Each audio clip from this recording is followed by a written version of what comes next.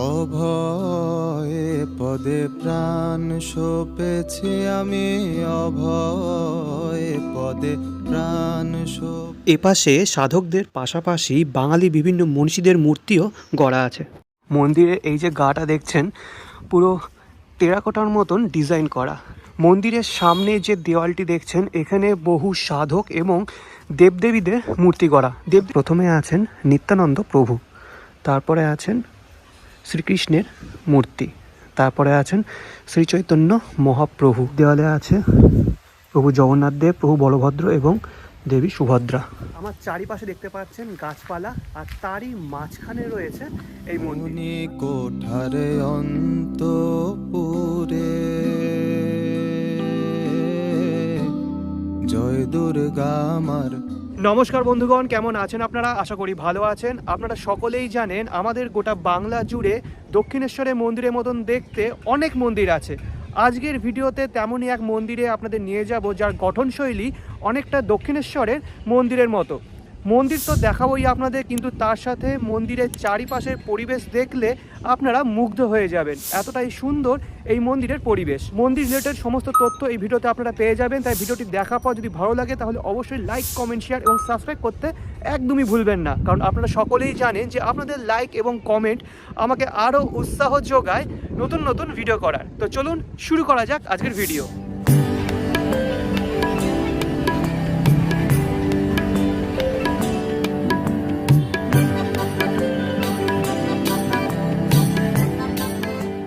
আজকের গন্তব্যস্থল শান্তিপুরের দক্ষিণেশ্বর মন্দির। হ্যাঁ, এখানকার স্থানীয় বাসিন্দারা এই মন্দিরটিকে শান্তিপুরের দক্ষিণেশ্বর মন্দির বলেই অভিহিত করে থাকেন। বাই দ্য ওয়ে, যারা আমাকে চেনেন না, আমি হলাম আপনাদের নীল, আর আপনারা দেখছেন আমার চ্যানেল উইশবাকেট। তো চলুন যাত্রা শুরু করা যাক। তো এই হলো আমাদের ট্রেন। আমরা এই ট্রেনে করেই আসলাম।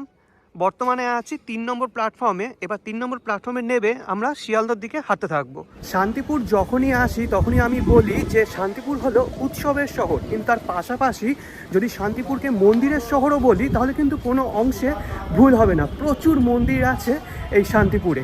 আর বলতে বলতে আমি চলে এসেছি একদম স্টেশনের শেষ প্রান্তে, মানে এটা হলো শিয়ালদহর দিকে বা রানাঘাটের দিকে। এবার লাইন ক্রস করে যাব মেন রোডে। এই যে লাইন ক্রস করে বাঁদিকে যে টিকিট ঘর আছে ওর পাশ দিয়ে আমি বের হব। তো সামনেই হলো স্টেশন। স্টেশন থেকে বেরোলে পড়বে মেন রোড, বাঁদিকে চলে গেলে পড়বে কৃষ্ণনগর, আর ডান দিকে হলো শান্তিপুর। আর এখান থেকেই আমাদের অটো ধরতে হবে। যে অটোগুলো বাগচড়া বা হরিপুরের দিকে যাচ্ছে সেই অটোতে আপনারা উঠবেন।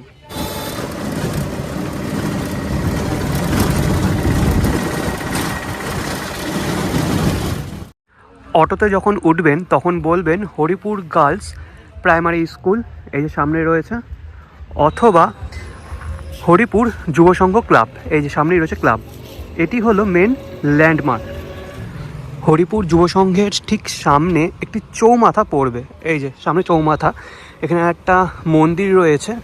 এই চৌমাথা থেকে আমাদের বাঁদিকের এই রাস্তাটা ধরতে হবে। এই দেখুন, এখান থেকে 10 মিনিট মতন হাঁটতে হবে আপনাকে। স্টেশন থেকে অটো করে আসতে আপনার সময় লাগবে 20 থেকে 25 মিনিট, আর ভাড়া পড়বে জনপ্রতি 15 টাকা। আপনারা যদি অনেকজন মিলে থাকেন তাহলে একটা টোটো রিজার্ভ করে নেবেন। টোটো করে ডাইরেক্ট চলে আসতে পারেন এই মন্দিরে। এই রাস্তায় যেতে যেতে একটা মন্দিরও পড়বে, একটা দুর্গা মন্দির। খুব সুন্দর এই মন্দিরটা। এই মন্দিরের সামনে দিয়ে এই যে রাস্তাটা চলে গেল, এই রাস্তা দিয়ে আপনাদের যেতে হবে। এই হলো দুর্গা মন্দির। তার সামনে দুপা আসলে ডান দিকে আরও একটি রাস্তা আছে, এই রাস্তায় আপনি যাবেন। এই রাস্তায় 2-3 পা হাঁটলেই সামনে রয়েছে মন্দিরটি। তো ফাইনালি চলে এসেছি আজকের গন্তব্যস্থল, অর্থাৎ শান্তিপুরের দক্ষিণেশ্বর মন্দির। মন্দিরের ভিতরটা তো সুন্দর, কিন্তু বাইরের দিকটাও কিন্তু খুবই সুন্দর। আর চারিপাশে গাছপালা, তার মধ্যেই রয়েছে অপূর্ব এই মন্দিরটি। যারা যারা লোকেশন বুঝতে পারেননি তারা টেনশন করবেন না, কারণ ডেসক্রিপশন বক্সে গুগল ম্যাপের লিঙ্কটা আমি দিয়ে দিয়েছি। তো চলুন এবার আপনাদের দেখিয়ে দিই। এই দেখুন, মন্দির শুরু হলো। অপূর্ব মন্দিরে এই যে গাটা দেখছেন পুরো টেরাকোটার মতন ডিজাইন করা, আর এখানে দেবদেবীদের মূর্তি গড়া রয়েছে। এই দেখুন, এখানে রয়েছে ভগবান বিষ্ণুর অনন্ত শয্যার দৃশ্যটি। তার পাশে মহাভারতের সেই দৃশ্যটি তুলে ধরা হয়েছে, যেখানে সারথি ছিলেন শ্রীকৃষ্ণ এবং পিছনে আছেন অর্জুন দেব। আর এই যে মন্দিরের দেওয়ালটি দেখছেন, পুরো কিন্তু টেরাকোটা যেরকম কারুকার্য হয় সেরকম কারুকার্যে ভরপুর।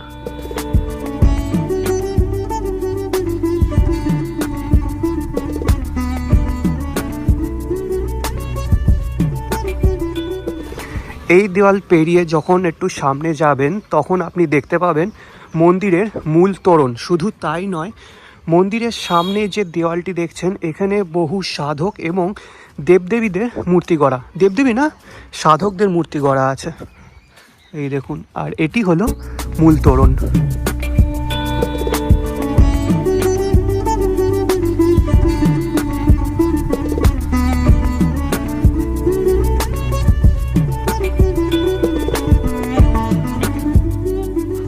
মন্দিরের যে মূল তোরণ তার একদম উপর দিকে আছে ভগবান শ্রীকৃষ্ণের বিশ্বরূপ, এই যে একদম মাঝখানে আছে, দেখতে পাচ্ছেন। আর তার দুপাশে আছেন গরুর দেবতা, এই যে।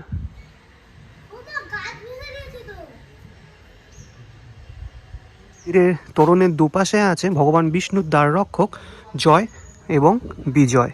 আর এই যে তোরণটি দেখছেন, এই তোরণটি দেখলে অনেকটা মায়াপুরের বিভিন্ন মন্দিরের কথা মনে পড়ে যায়। এবার আসি মন্দিরের বাইরে সৌন্দর্যের ক্ষেত্রে, সেটি হলো এই সাধকদের মূর্তি। এই পাশে দেখতে পাচ্ছেন আছেন শ্রী শ্রী ঠাকুর রামকৃষ্ণ পরমহংসদেবের মূর্তি, আর এ পাশে আছেন মা সারদা দেবী। এগুলো কিন্তু দেওয়ালের গায়ে তৈরি করা, ঠিক আছে। আর এক এক করে ওখানে নানান সাধকদের মূর্তি গড়া আছে। চলে এসেছি মন্দিরের ডান পাশের দেওয়ালে, এখানে এক এক করে বহু সাধকদের মূর্তি গড়া। প্রথমে আছেন অদ্বৈত আচার্য, তারপরে আছেন বামাখ্যাপা, তারপরে আছেন রামপ্রসাদ, এপাশে আছেন ভগবান বিষ্ণুর 10 অবতারের মধ্যে এক অবতার, সেটি হলো গৌতম বুদ্ধদেব। এপাশে আছেন বিজয় কৃষ্ণ গোস্বামী, অপূর্ব জাস্ট। তারপরে আছেন তোতাপুরী, তারপর এক এক করে নিগমানন্দ সরস্বতী, তৈলঙ্গ গোস্বামী, এদিকে আছে ওঙ্কারনাথ এবং শেষে আছে স্বামী বিবেকানন্দের মূর্তি। শুধু তাই নয়, যদি এপাশে আসেন তাহলে বাঙালি যে মনীষী তাদের মূর্তিও কিন্তু গড়া আছে, এই দেখুন। সবার প্রথমে আনন্দময়ী মা, তারপরে আছেন রাজা রামমোহন রায়, কবি যতীন্দ্রনাথ সেনগুপ্ত, পণ্ডিত রবিশঙ্কর, বঙ্কিমচন্দ্র চট্টোপাধ্যায়, দ্বিজেন্দ্রলাল রায়, শরৎচন্দ্র চট্টোপাধ্যায়, নেতাজি সুভাষচন্দ্র বসু, এরকম করে নানান মনীষীদের মূর্তি গড়া একদম শেষ প্রান্ত পর্যন্ত।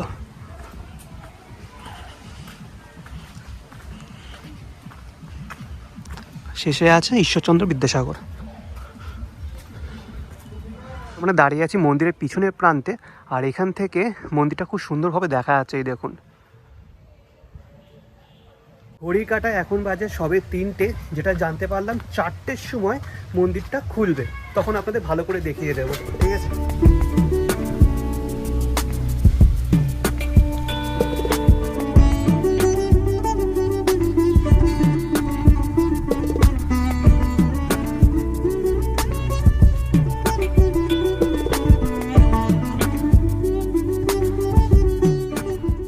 এই যে পরিবেশটা, মানে যে জায়গায় এই মন্দিরটি অবস্থিত সেটি কিন্তু এক কথায় অপূর্ব। আমার চারিপাশে দেখতে পাচ্ছেন গাছপালা, আর তারই মাঝখানে রয়েছে এই মন্দির। আশপাশে অনেকগুলো বাড়িও আছে।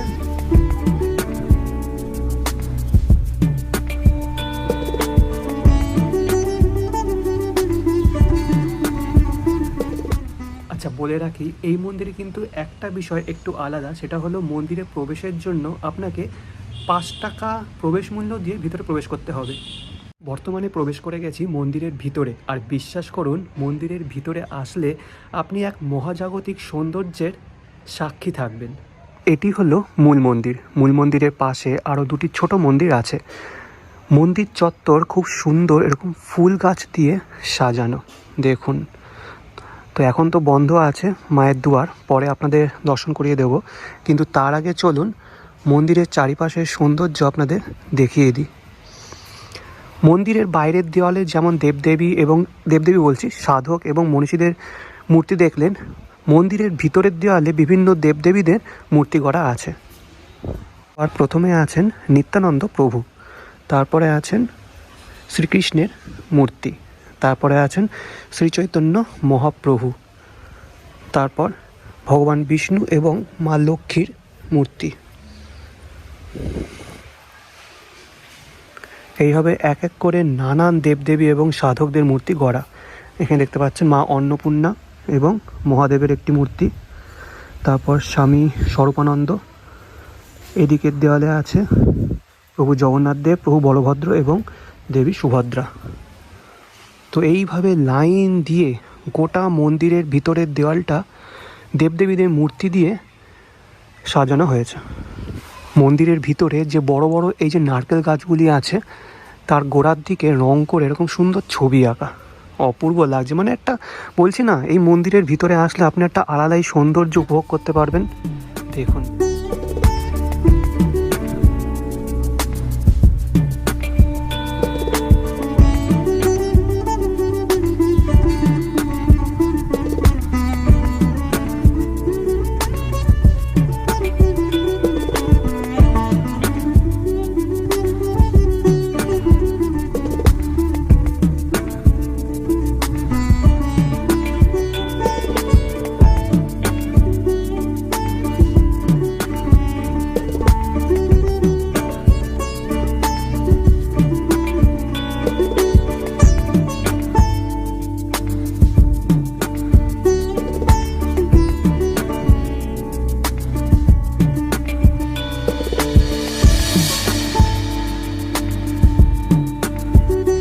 সামনে রয়েছে মূল মন্দির, আপনাদের আগেই দেখালাম।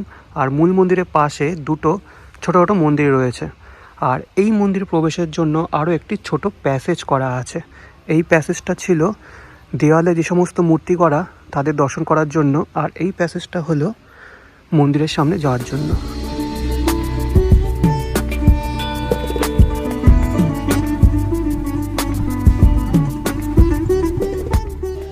একটি মন্দিরে বিরাজ করছেন বাবা লোকনাথ দেবের অপূর্ব সুন্দর শ্বেতপাথর দ্বারা নির্মিত বিগ্রহ, খুব সুন্দর। আর তার ঠিক পাশের মন্দিরে বিরাজ করছেন বাবা মহাদেবের একটি বিগ্রহ এবং একটি শিবলিঙ্গ। মূল মন্দিরের বাঁদিকের একটি দেয়ালে টেরাকোটার খুব সুন্দর একটি কাজ করা, এখানে বিভিন্ন ছোট ছোট মূর্তি এবং নকশা তৈরি করা হয়েছে।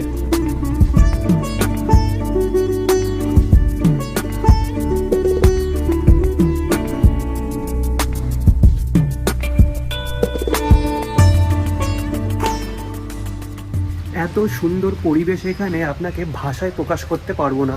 চারিপাশ দিয়ে বয়ে আসছে অফুরন্ত হাওয়া, তার মাঝে এরকম একটা সুন্দর দেবস্থান, সত্যি মনটা জাস্ট একেবারে শান্ত হয়ে গেল।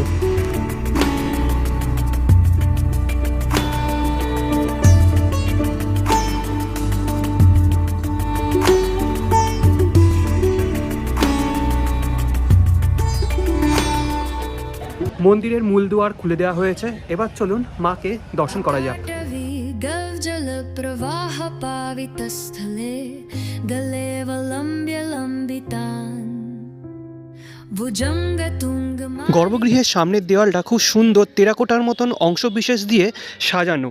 আর উপর দিকে যদি তাকান তাহলে দেখতে পাবেন তিনটি এরকম ঝাড়বাতি আছে, কিন্তু প্লাস্টিকে মোড়া, এখন জ্বালানো হয় না, বিশেষ পুজোর সময় জ্বালানো হয়। আর গর্ভগৃহের সামনে তিনটি খিলান বিশিষ্ট দুয়ার আছে। এবার চলুন দর্শন করা যাক মাকে। মা এখানে চতুর্ভুজা, গলায় জবা ফুলের মালা, মায়ের গাত্রবর্ণ ঘন নীল বর্ণে, বিরাজ করছেন শ্বেতবর্ণের মহাদেবের উপর। মায়ের পাশে বিরাজ করছেন দেবাদিদেব মহাদেব।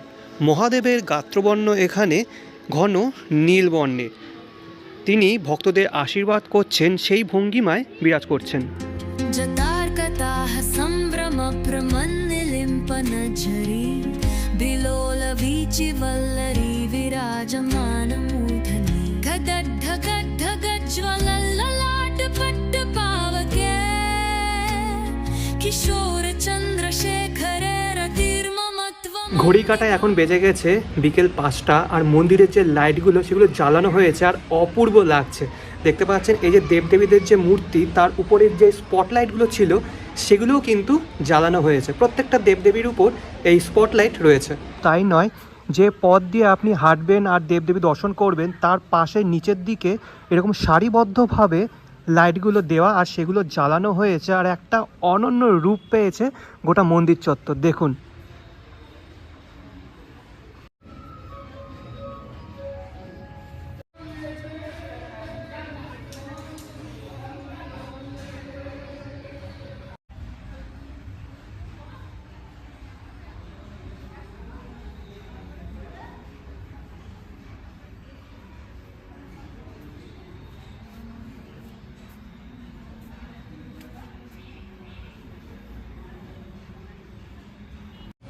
তো চলুন যাওয়ার আগে একবার মাকেও দর্শন করে নিই।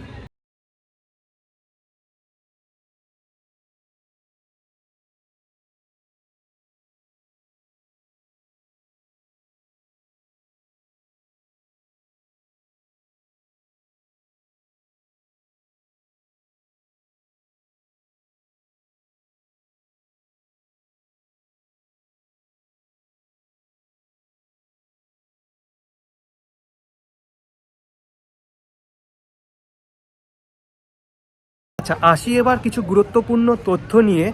এই যে মন্দিরটি দেখলেন, এই মন্দিরটি কিন্তু একজনের ব্যক্তিগত মন্দির। আর খোলা আর বন্ধ হওয়ার টাইমটা যদি বলি, 12টার আগে যদি আসেন তাহলে একবার ডাক দেবেন, তাহলে মন্দির কর্তৃপক্ষ যারা আছেন তারা খুলে দেবেন গেটটি। আর বিকেলবেলা 4টের থেকে 7টা সাড়ে 7টা পর্যন্ত খোলা থাকে। তো কেমন লাগলো এই মন্দিরের ভিডিওটি অবশ্যই কমেন্ট বক্সে কমেন্ট করে জানাবেন। যদি ভালো লেগে থাকে তাহলে অবশ্যই লাইক, কমেন্ট, শেয়ার এবং সাবস্ক্রাইব করতে ভুলবেন না। দেখা হচ্ছে পরবর্তী কোনো এক মন্দিরের ভিডিও নিয়ে। আনটিল দেন ভালো থাকবেন, সুস্থ থাকবেন। আজকের জন্য বিদায়।